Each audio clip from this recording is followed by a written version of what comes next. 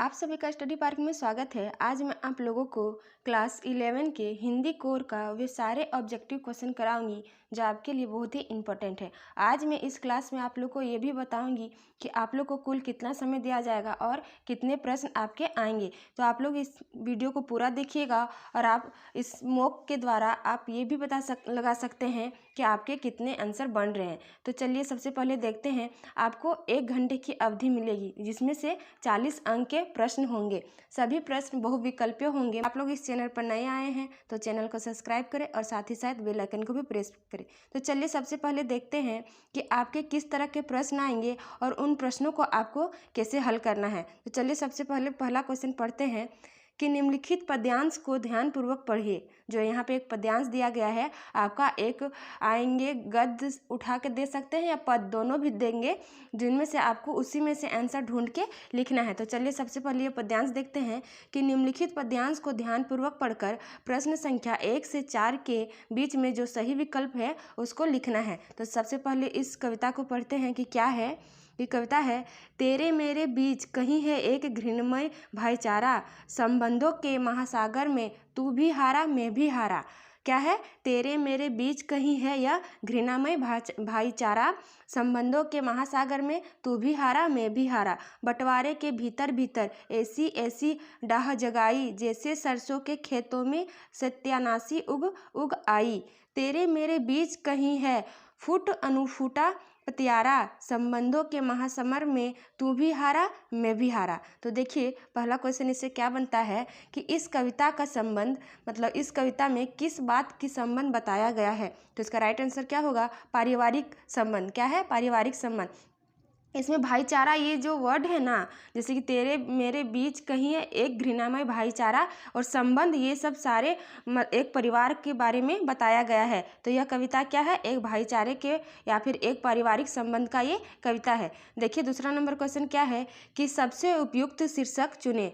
ये जो शीर्षक दिया गया है, एक क्वेश्चन आपका ये आएगा कि जो पोएम देगा या फिर जो गद्यांश रहेंगे उसमें से उसका शीर्षक आप लोग को चुनना होगा। तो इस कविता का क्या शीर्षक है? तो इसका राइट आंसर होगा सी नंबर। और बंटवारा क्या है? बंटवारा। आज जो पारिवारिक में बंटवारे की मांग हो रही है या फिर जो भाईचारे एक दूसरे से अलग हो रहे हैं, यही कविता इसमें संदेश दे रही है। चलिए देखते हैं तीसरा नंबर क्वेश्चन क्या है कि यहाँ सत्यानाशी से क्या तात्पर्य है। जो कविता दिया गया है उसमें सत्यानाशी से क्या तात्पर्य है। तो इसमें इसका राइट आंसर होगा 1 नंबर ईर्ष्या। क्या है? ईर्ष्या। 4 नंबर देख लेते हैं, भीतर भीतर में कौन सा अलंकार है। जो भीतर भीतर है उसमें कौन सा अलंकार है? तो पुनरुक्ति प्रकाश, क्योंकि भीतर भीतर यहाँ पे डैश भी है और ये 2 बार आया है। बार बार जो आता है वर्ड, जैसे जैसे जैसे अगर आया तो वो भी पुनरुक्ति प्रकाश ही होगा। चलिए पढ़ते हैं अगले गद्यांश की ओर। वो तो हो गया आपका पद्यांश, और एक देख लेते हैं गद्यांश जो आपके एक गद्य खंड से आएंगे। उसके प्रश्न देखते हैं कि किस तरह के से आपके गद्यांश के क्वेश्चन पूछेंगे। तो सबसे पहले इस गद्यांश को पढ़ेंगे और इससे ही सही आंसर को ढूंढने की कोशिश करेंगे। तो चलिए सबसे पहले इस गद्यांश को पढ़ते हैं कि क्या है। साहित्य जीवन को देखने की एक दृष्टि है जिस परम तत्व को एक योगी अपनी योगिक क्रियाओं से तथा दार्शनिक अपने चिंतन से प्राप्त करता है। साहित्यकार अपने साहित्य की गहन साधना के द्वारा उस तत्व को प्राप्त कर लेता है। यही नहीं, साहित्य का अध्येता भी उसके साहित्य को भली प्रकार पढ़कर उस परम तत्व को प्राप्त कर लेता है। इस तरह का साहित्य ही मनुष्यता का निर्माण भी करता है। क्या है? तो इस गद्यांश को पहले देखेंगे, फिर इसी से आंसर ढूंढने की कोशिश करेंगे। तो सबसे पहला क्वेश्चन ये, एक क्वेश्चन ये तो रहेगा ही कि ये गद्यांश क्या है और इस गद्यांश का क्या शीर्षक है। तो देखते हैं कि गद्यांश के अनुसार साहित्य क्या है। तो इसका राइट आंसर क्या होगा? सी नंबर गहन साधना। क्या है?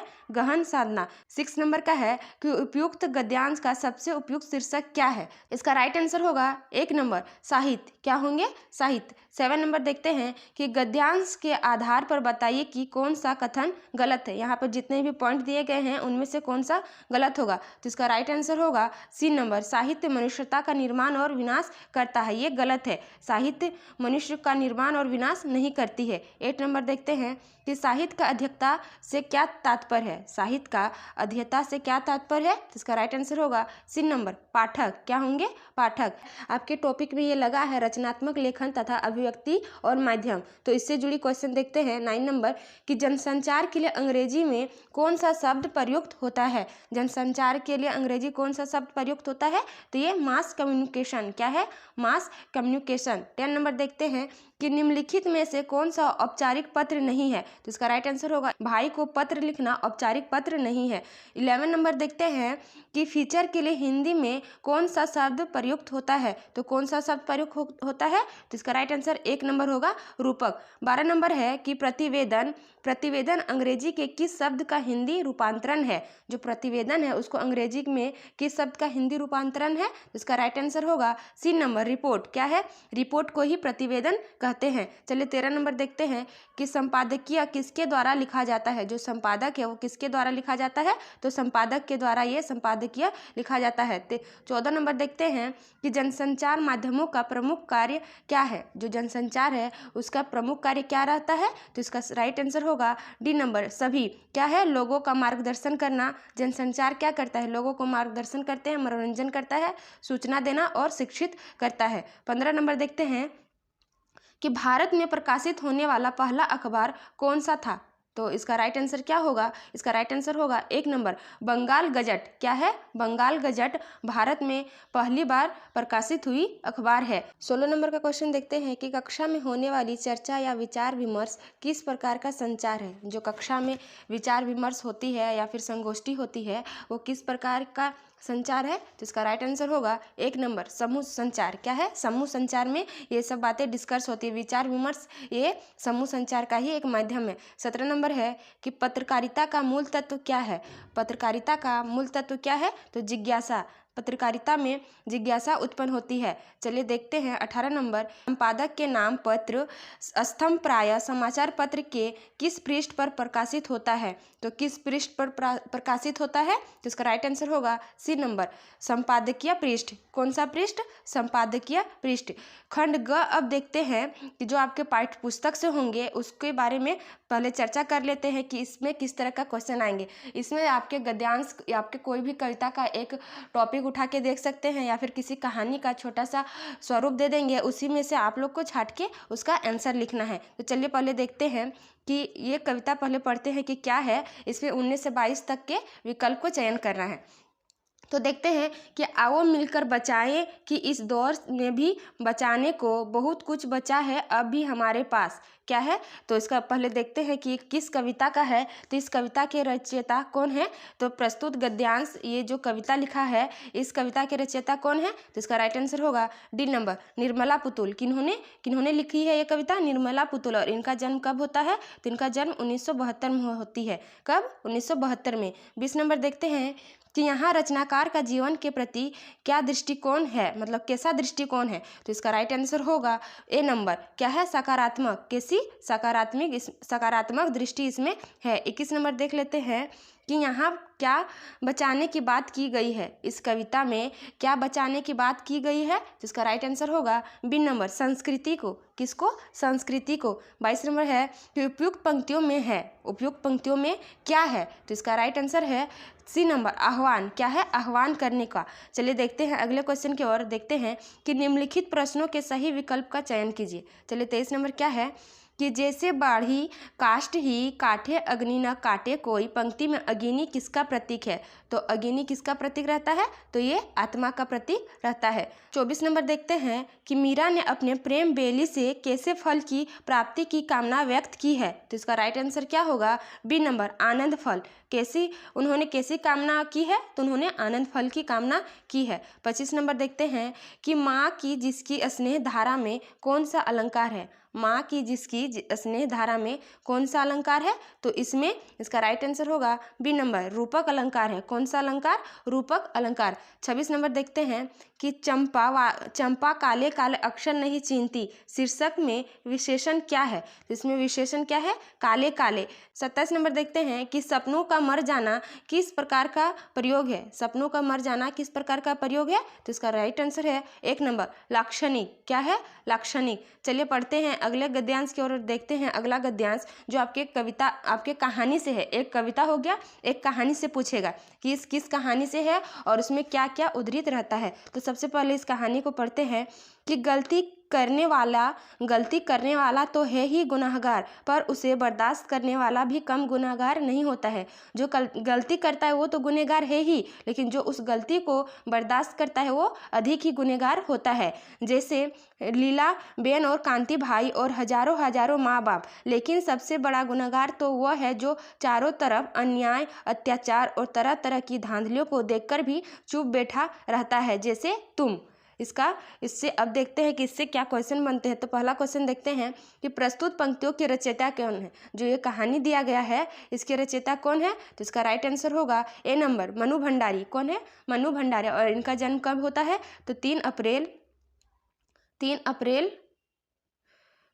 1931। 3 अप्रैल 1931 में मनु भंडारी का जन्म होता है। 29 नंबर देख लेते हैं कि यहाँ वक्ता कौन है। जो कहानी पढ़े उसमें वक्ता कौन रहते हैं, तो इसका राइट आंसर है डी नंबर, रजनी। कौन है, रजनी। 30 नंबर देखते हैं कि इस गद्यांश के केंद्र में कौन सी समस्या आई है।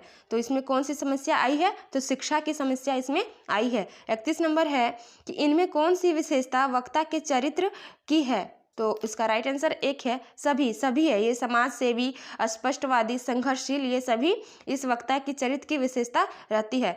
32 नंबर का क्वेश्चन देखते हैं कि नमक का दरोगा कहानी में है। जो नमक का दरोगा कहानी पहले किन्होंने लिखी है, तो इसके बारे में जानते हैं।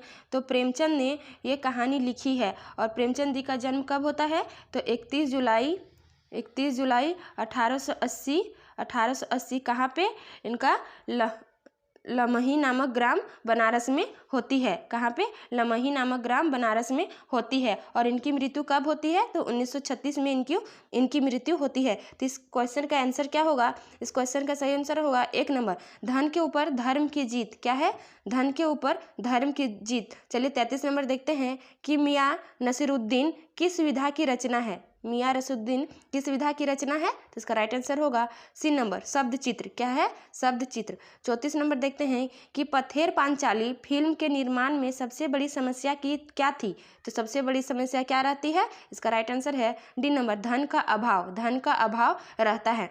35 नंबर देखते हैं कि विदाई संभाषण पाठ किस वायसराय के शासन में भारतीयों की स्थिति का खुलासा करता है। इसका राइट आंसर है सी नंबर, करजन। क्या है, करजन। चलिए बढ़ते हैं, 36 नंबर देखते हैं कि लेखक का भारत माता की जय से क्या अभिप्राय है। जो कहानी रहता है भारत माता की जय में लेखक का क्या अभिप्राय है, तो इसका राइट आंसर है सी नंबर, यहाँ के लाखों करोड़ों लोगों की जय। क्या है, यहाँ के लाखों करोड़ों लोगों की जय। 37 नंबर देखते हैं, लता मंगेशकर से पहले किस विख्यात गायिका का चित्रपट संगीत में अपना जमाना था। तो किनका था, तो इनका सही उत्तर होगा बी नंबर, नूरजहां। किनका, नूरजहां। 38 नंबर है कि भारतीय चित्रपट संगीत के क्षेत्र में स्वर कोकिला के नाम से कौन सी गायिका विख्यात रहती है। तो कौन सी गायिका विख्यात रहती है, तो इसका राइट आंसर है सी नंबर, लता मंगेशकर। चलिए बढ़ते हैं 39 नंबर क्वेश्चन की ओर। कुएं की चिनाई करने के लिए किस घास का प्रयोग किया जाता है। तो किस घास का प्रयोग किया जाता है,